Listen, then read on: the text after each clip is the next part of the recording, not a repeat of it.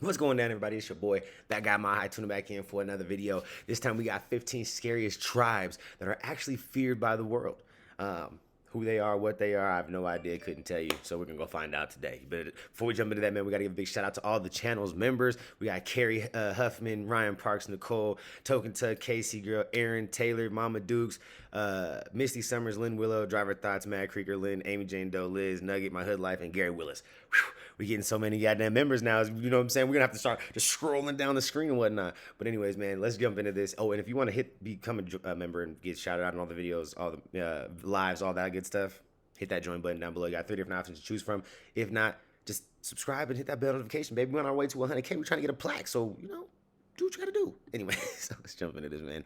Let's see what's going down with the 15 scariest tribes feared by the world. Let's go. In the new modern world we live in today, some tribes around the globe still embrace and practice traditions that haven't changed for thousands of years.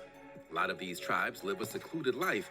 They have no interest in the rest of the world, and that's probably how they manage to keep their centuries-old traditions from disappearing.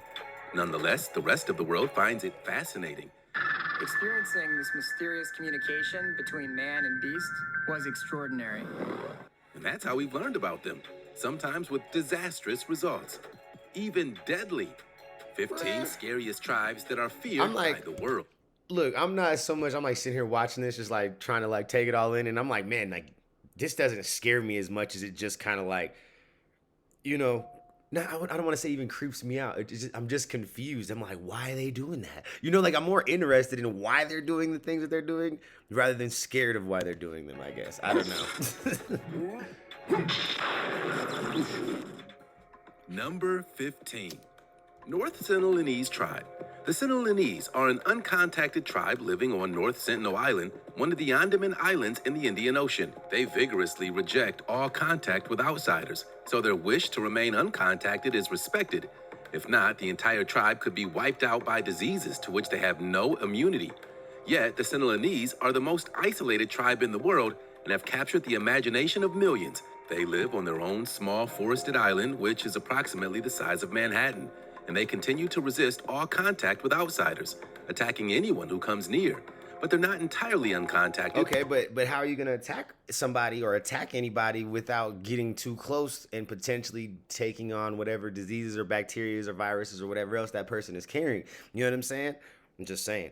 I don't feel like they thought that through. I feel like that's that primitive thought process going on right there where they're like, oh, come close and we will attack. But the whole point of why you don't want them to come close is so that you don't get, unnecessary sicknesses that you don't have immunities to or access to, the correct, medical facilities and attention that you may need to overcome said viruses or, diseases or whatever the case might be.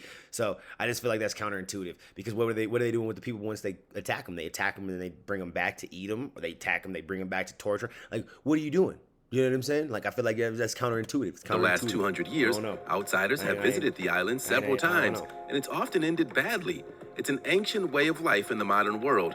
Anthropologists have evidence human life existed on the island at least 2,000 years ago, while genome studies suggest the Sentinelese people are at least 30,000 years old. But most of what's known about them has been gathered by viewing them from boats, more than an arrow's distance from the shore, and a few brief periods where the Sentinelese allowed the authorities to get close enough to hand over some coconuts.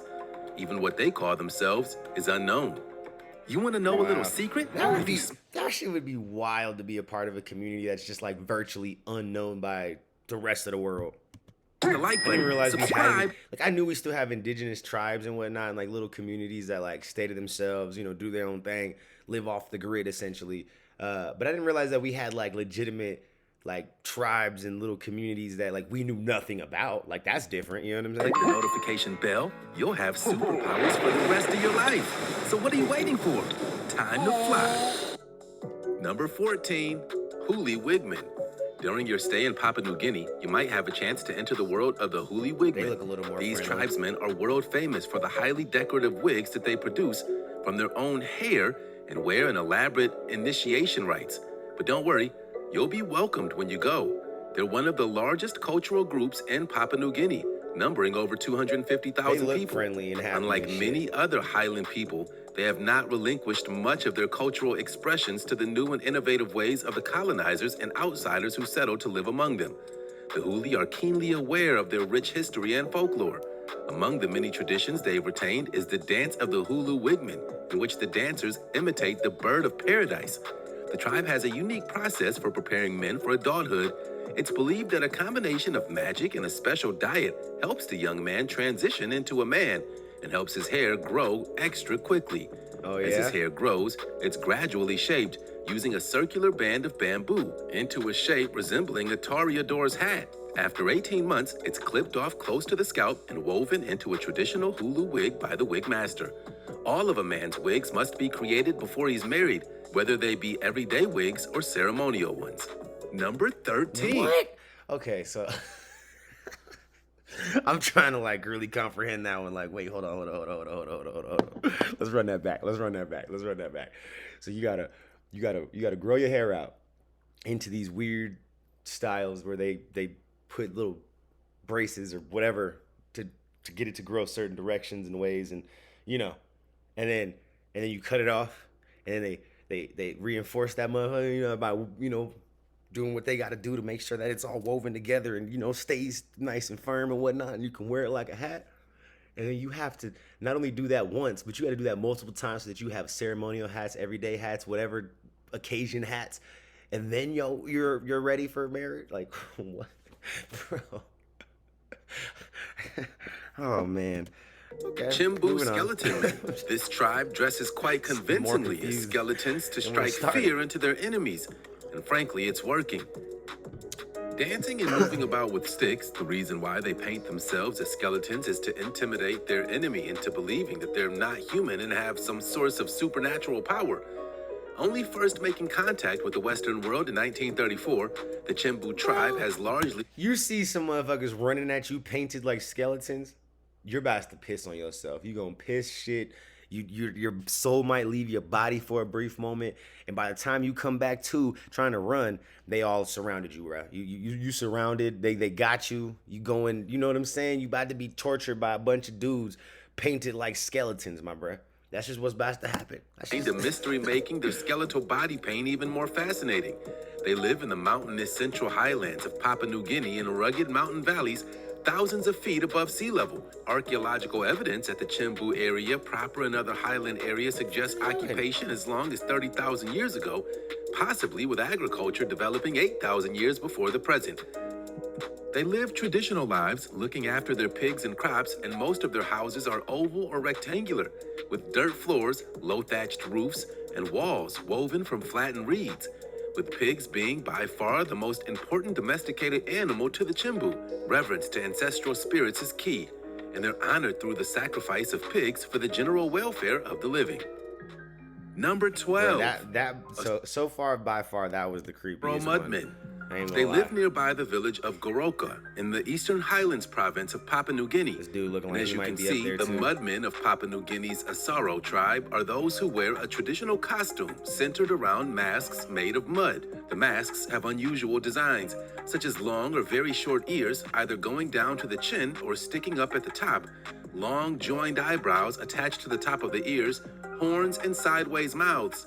While most of the 150 plus tribes on the island are as colorful as the exotic birds with which they share the jungle, the Mudmen are the least adorned.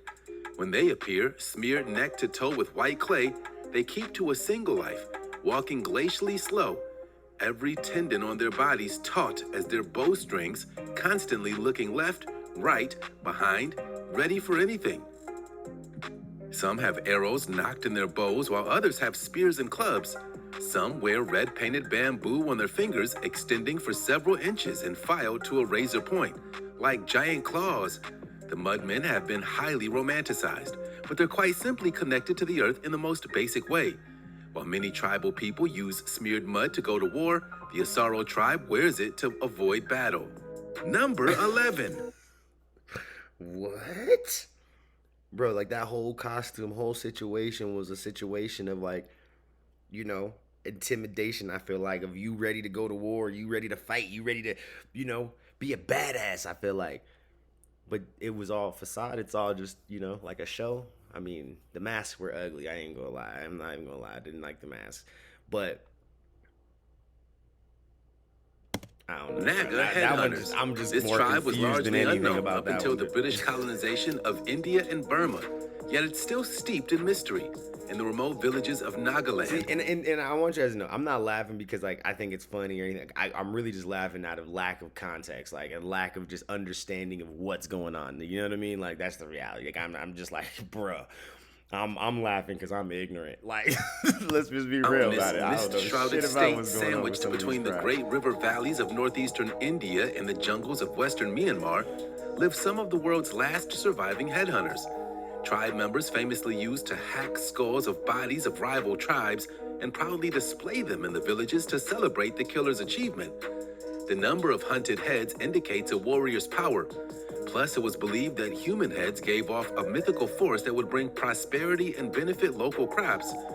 No one knows when or why they began killing men and taking their heads, but by the time the British arrived in northeast India in large numbers in the early 19th century, headhunting was so ingrained into the Naganese society that a man couldn't marry a beautiful woman unless he had taken at least one head. Following religious missionaries first visiting in the 1870s, many of the tribe members converted to Christianity. As such, traditions like beheading were wiped out a century later, but many people still fear the headhunters.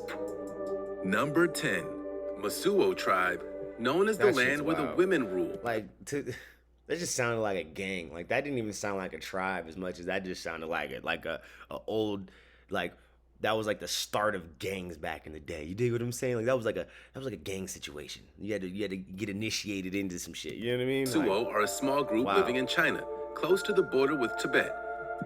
Dubbed the Kingdom of Women by the Chinese, the Masuo population of about 50,000 live near Lugu Lake in the Tibetan Himalayas. It's a matrilineal society. Male-female relations occur only by mutual consent, and the men and women are free to have multiple partners and to initiate or break off relationships when they please. Still, whenever a man spends the night with a woman, even after a union ceremony, he must return to his maternal residence in the morning. These women are the boss. The rural area of the Masuo Lugu Lake has only... So everybody's just got the free will to just go slang. You know, you can just go slang some dick, throw some cooch, do what you gotta do, and then you just gotta make sure that your ass is home in the morning. Like that's it. Like that's the. Hey man, I guess you ain't gotta worry about nobody cheating because if everybody's just free to do what they want, you just gotta make sure your ass is home in the morning. You know, it is what it is. You know what I'm saying? Recently experienced modern developments. When tourists began to flock to the area, the Masuo responded to these visitors by building hotels and other attractions to bring more visitors. In fact, many women make a living managing these hotels. Women own and inherit property, sow crops, and run the households, cooking, cleaning, and child rearing. The men provide strength, plowing, building, repairing homes, slaughtering animals, and helping with big familial decisions, although the final say is always up to the ladies. So dudes Number just out here 9, slinging dick. cargo That's just cult that's your in a job. paradise near Australia. That's your job as a man in that situation. You know what I'm saying? Take the trash out, nigga, mow the lawn, slang dick. Like that's the gist of it. Like These tribal natives go about their lives surrounded by waves and lush greenery. They don't have the material treasures of modern civilization. Their life pretty much goes on oblivious to the trappings that the rest of the world takes for granted. why do they have USA? That all ended, however. Painted. One day, curious-looking machines bringing in uniformed men changed this island and its tribes forever. Cargo cults were these tribes of native islanders who attributed the immense wealth and power of the modern world to magic. As planes and ships, radios and televisions made their way onto these islands, they were left so stunned that there seemed no better explanation to them. This exposure made an impression, to say the least. While industrialization was progressing in the 20th century West, these islanders were imitating Western progress by replicating its goods. They made radios from wood and planes from straws. They were chasing progress without applying the same principles, an approach that earned them the name of cargo cults.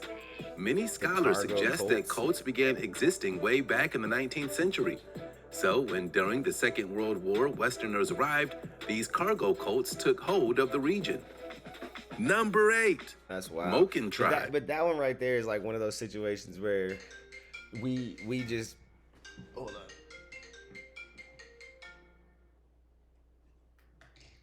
Sorry, it was my daughter's phone. But it was one of those situations where Oh, that was a payment confirmation from my AT&T. They was paying bills without even trying to pay bills. You know what I'm saying? I was just, anyways, back to what we were talking about. But yeah, this is one of those situations where we just, like a underdeveloped, or I wouldn't even say underdeveloped, just a group of individuals or community that's not developed to the same, advancements, or hasn't had the same advancements, I should say, as some of, like, United States, Russia, China, whatever. Like, obviously they're going to be super influenced by, what seems to be magic, or, whatever.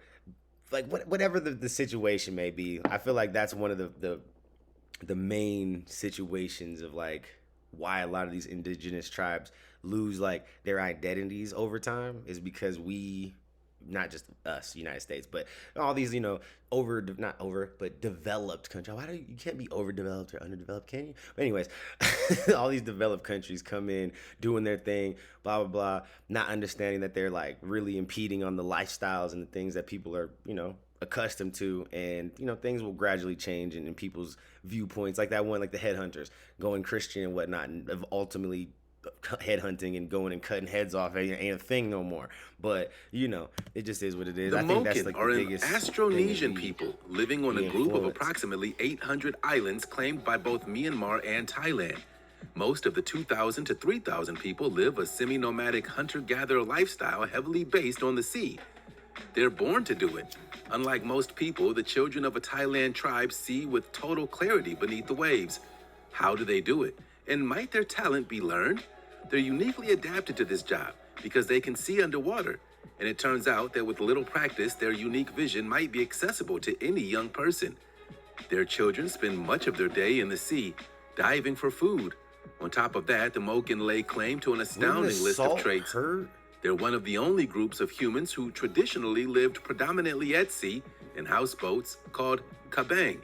They can hold their breath for long periods of time.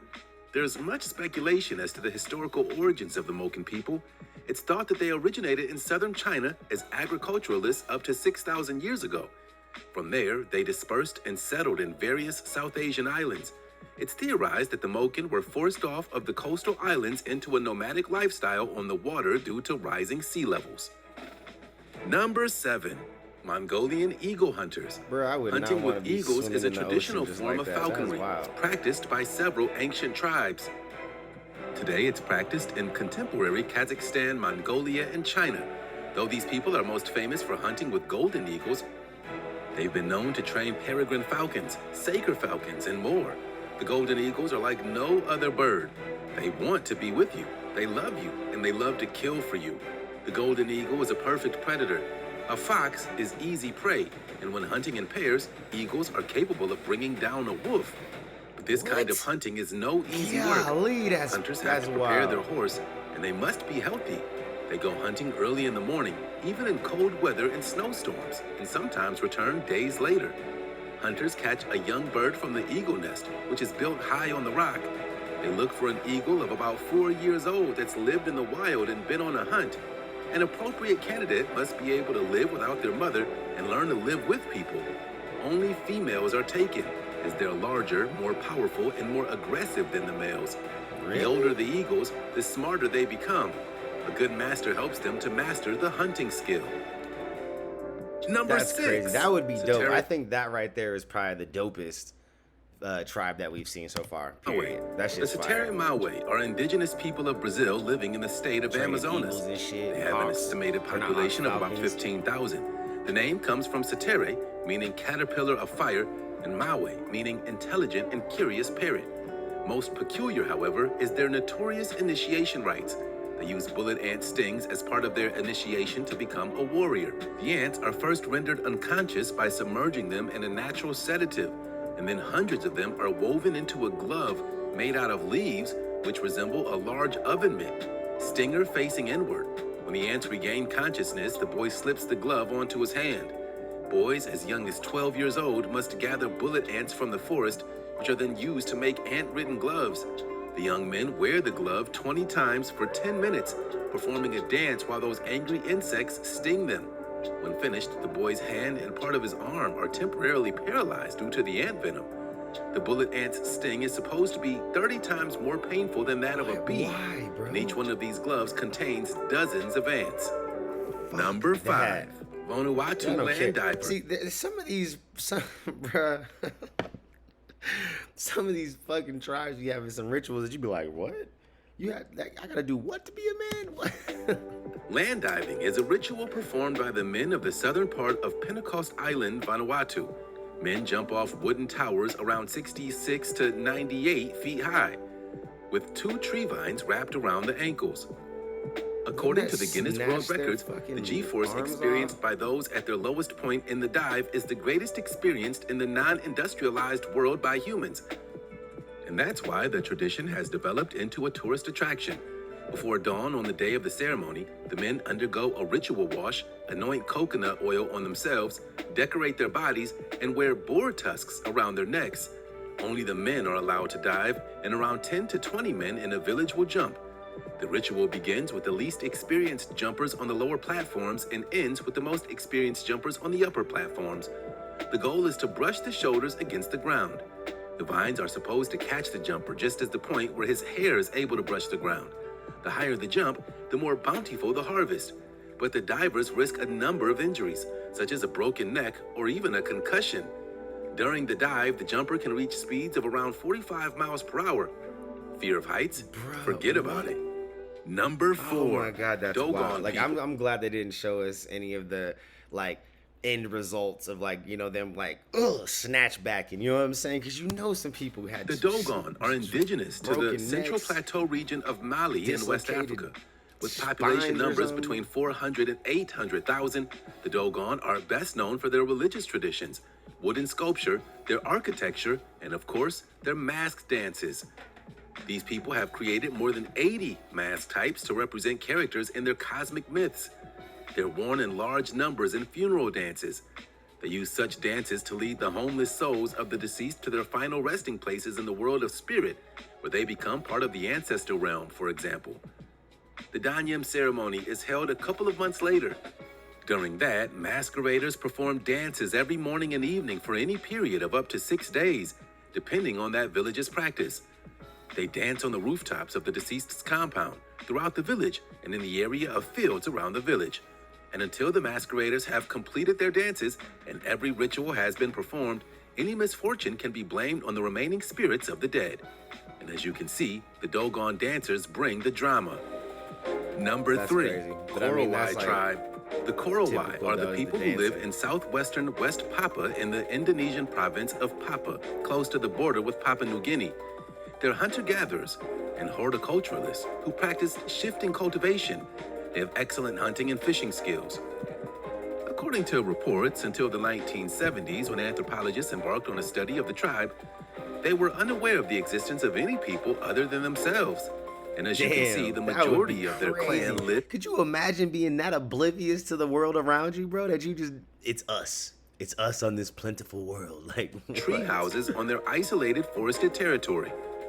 They live in tree houses ranging in height, but up to 125 feet above the ground. Usually, the houses are built on a single tree, but frequently the base of the house consists of several living trees, and additional support is derived from wooden poles. These tree houses protect families not only against swarms of mosquitoes below, but also ward off intruders. Once in a lifetime, a clan member must organize a Sago grub festival in order to simulate prosperity and fertility in a ritual fashion. In times of trouble, they sacrifice pigs to the spirits of their ancestors. They have an extraordinary and rich oral tradition.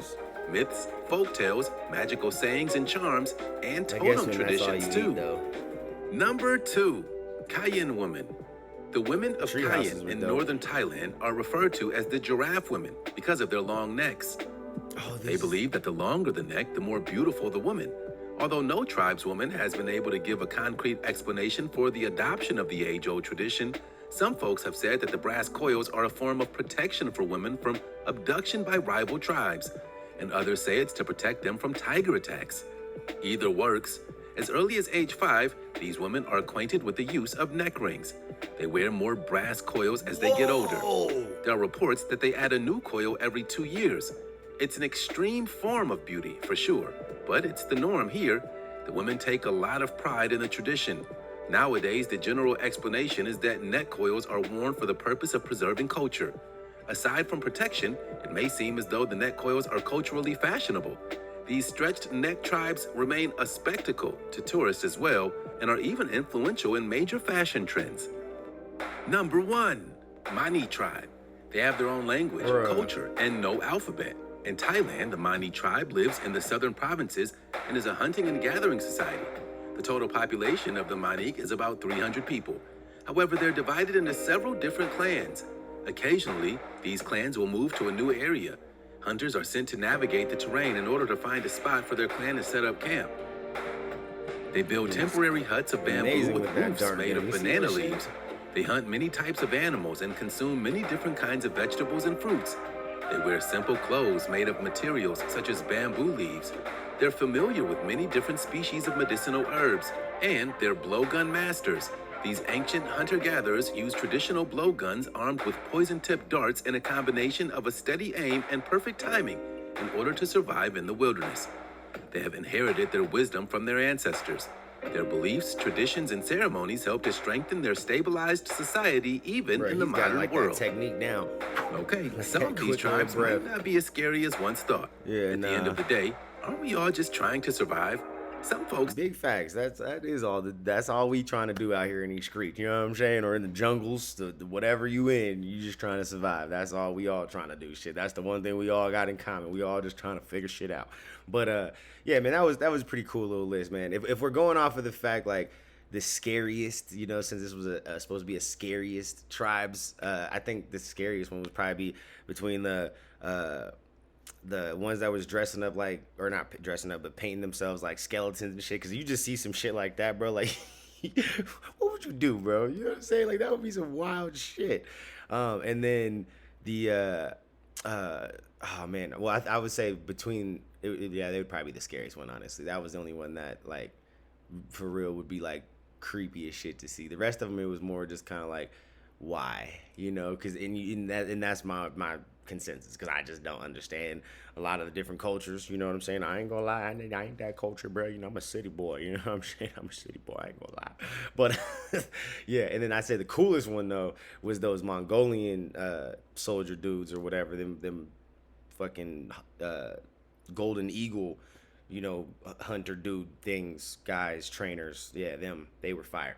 But yeah, anyways, you let me know what you thought about that down in the comments below. What was the scariest one? What was the coolest one? What was the, you know, your favorite one? Whatever, you know, just let me know. And I'll catch y'all in the next one. Peace.